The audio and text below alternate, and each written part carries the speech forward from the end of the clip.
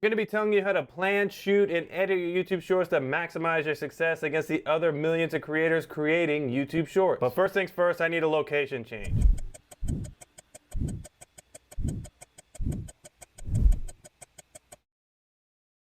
See, that's different, right? Full disclaimer up front, this is not a full guide teaching you everything you need to know about YouTube Shorts. I actually have plenty of videos like that on my channel already. What we're gonna be doing, like I said in the beginning, is I'm gonna be teaching you how to plan, film, and edit your YouTube Shorts so that way you can make them a little bit easier. First things first, what are YouTube Shorts? Basically, YouTube Shorts are 60-second or less vertical form content that's very similar to TikTok videos. There's a monetization structure being introduced, as well as there's a Shorts camera available for you to be able to use through the YouTube app to be able to record your Shorts as well as edit them. The biggest thing to understand is that YouTube is trying to make it as convenient as possible for creators to make YouTube Shorts. Let's talk about planning first. You can't approach the planning process for YouTube Shorts the same way that you approach the planning process for a regular YouTube video. Some of the basic principles for scripting a video are very much the same, where you need a beginning, middle, and end. You need a hook to draw the viewer into the video, but the mindset you need to have with YouTube Shorts should be centered around this question: how can I hook the viewer in and tell a complete story while being as entertaining as possible? Yes, I said entertaining because the thing you need to understand is that people are flipping through YouTube Shorts so quickly when they're on the YouTube Shorts shelf. So getting them to stop is already a challenge, and if you can manage to get them to stop on your video, it needs to be super entertaining to be able to keep the viewer engaged for as long as possible. Now, this is not going to be a problem if you already make highly entertaining videos that are centered around pranks, maybe some challenge videos or different various things like that. But if you're like the other creators on YouTube who don't make these styles of videos, here's some practices that you can put in place when planning and scripting for your YouTube Shorts. The biggest tip I can give you is you need to plan the title and thumbnail for your Shorts prior to shooting the video. Planning your title and thumbnail is already a really good practice for anything you make on YouTube, but especially for YouTube Shorts. What's going to happen is if your video starts doing really well on the Short shelf, it's going to transition to regular YouTube, and if your thumbnail and title are both very good, you're just going to only increase the amount of exposure you're going to get on that video. You need to plan to make your short as possible.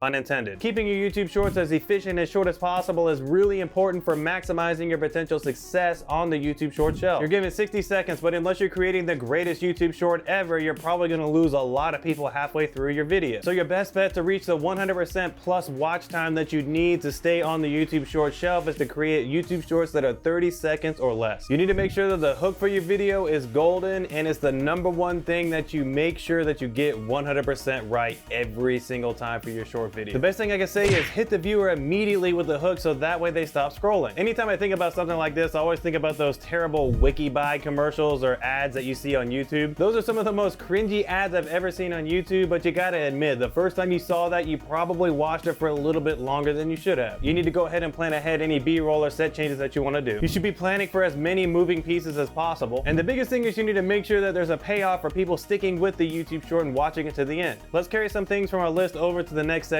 which is about filming.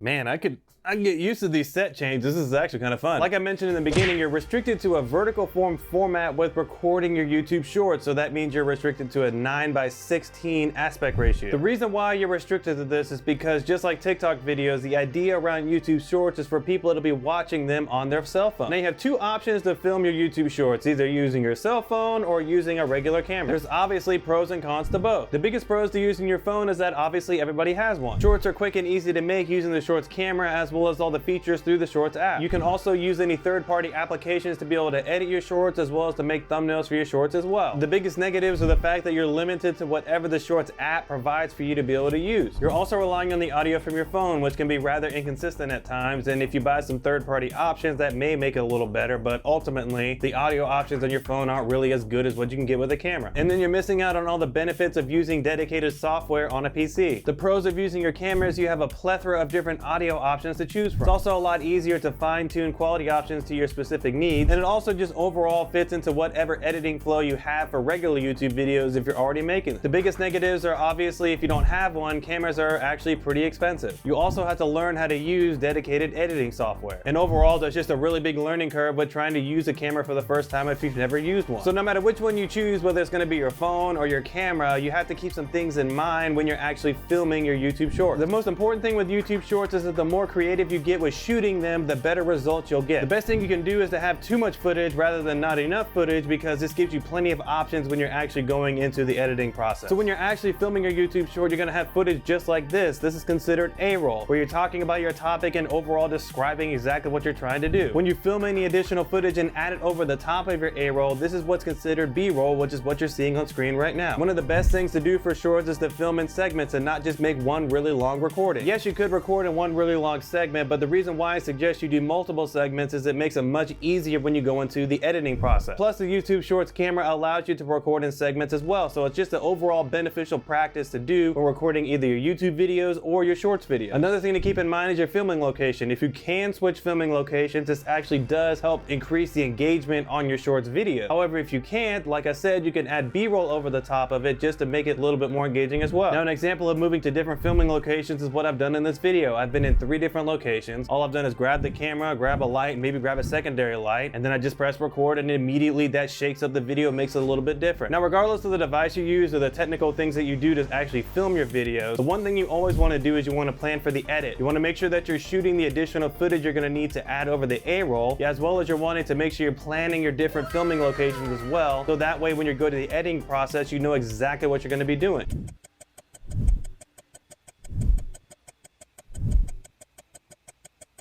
All right, back at the PC set now. Let's talk about how you need to be editing your shorts. Just like with filming, you can edit your YouTube shorts on your phone using either third-party software, or you can use the Shorts camera app and use the editing software in there. This is pretty straightforward if you decide to use the Shorts app. You just need to capture your footage, and when you get to the edit page, you can add things like text, cuts, and various things like that. Actually, I already have a full video on my channel going over exactly how to do this through the Shorts app, so if you want to watch that video, make sure you check it out down in the description below. To me personally, the best way to edit your YouTube shorts is still through dedicated software on your PC. The reason being is that B-roll is so important, and it's easier to apply different types of B-roll when you're on your PC rather than doing it through the Shorts app or sometimes even through the third-party software. Now, I want to clarify, I didn't say it was impossible, I just said it was easier to do on your PC. But that being said, here are some principles you need to follow when you're thinking about editing your YouTube shorts. The first thing, when you're cutting your shorts and putting all the footage together, they have to be as fast-paced as possible, so you don't want any gaps where you're breathing, and you definitely want to be using a lot of J-cuts. If you're not sure how to add J-cuts to your footage, what you're going to be doing is adding the audio from the next clip just start before the end of the previous clip. When you're actually cutting the footage, you want to make sure to avoid any standard cuts or things called L cuts. If you're not sure what both of those cuts are, they look a lot like this.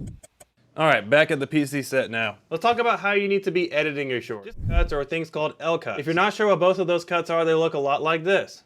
These 2 cuts along with J cuts are really awesome to add into your regular videos because they do add a lot of variety to the footage and will keep the viewer on their toes. But then again, that's one of the biggest differences between YouTube shorts and regular videos. The attention spans of people watching short form content are a lot shorter. So the idea is that when you're making these shorts, you want to make them look as efficient as possible. Adding text to your YouTube shorts to emphasize the dialogue has really shown to dramatically increase the engagement within that short video. This is one of the things you have to be creative with. You'll have to have different text options appearing, disappearing, popping in, popping out to be able to emphasize what you're talking about in the video. One little pro tip is you want to be using sound effects to make the text pop off the screen and have a little bit more impact. I've spoken about B-roll several times in this video, but this is exactly how it looks on the timeline. One of the biggest things to make your B-roll stand out is by having some quick transitions and sound effects to be able to emphasize the B-roll coming in and out. Some of my favorite transitions to use if you're using DaVinci Resolve more specifically are the zoom, the push, and the 90-degree turn. Arguably, one of the biggest things you need to adjust with your YouTube shorts is you need to make sure that you have an abrupt end to the video. There's no time to do thank yous, there's no time to do video promo, just abruptly end the video because you've done your job, you delivered the information, and that's it. The reason being is that every ounce of audience retention is extremely important, and one thing I mentioned in the beginning was the fact that you need 100% plus watch time in order for your YouTube short to stay on the short shelf and actually gain any traction. My question for you guys is, what type of shorts content would you like to see from me next? I have some ideas of things that I kind of want to try, but I'm also looking for some feedback on what you guys would like to see next. Thank you guys so much, and we'll see you next time.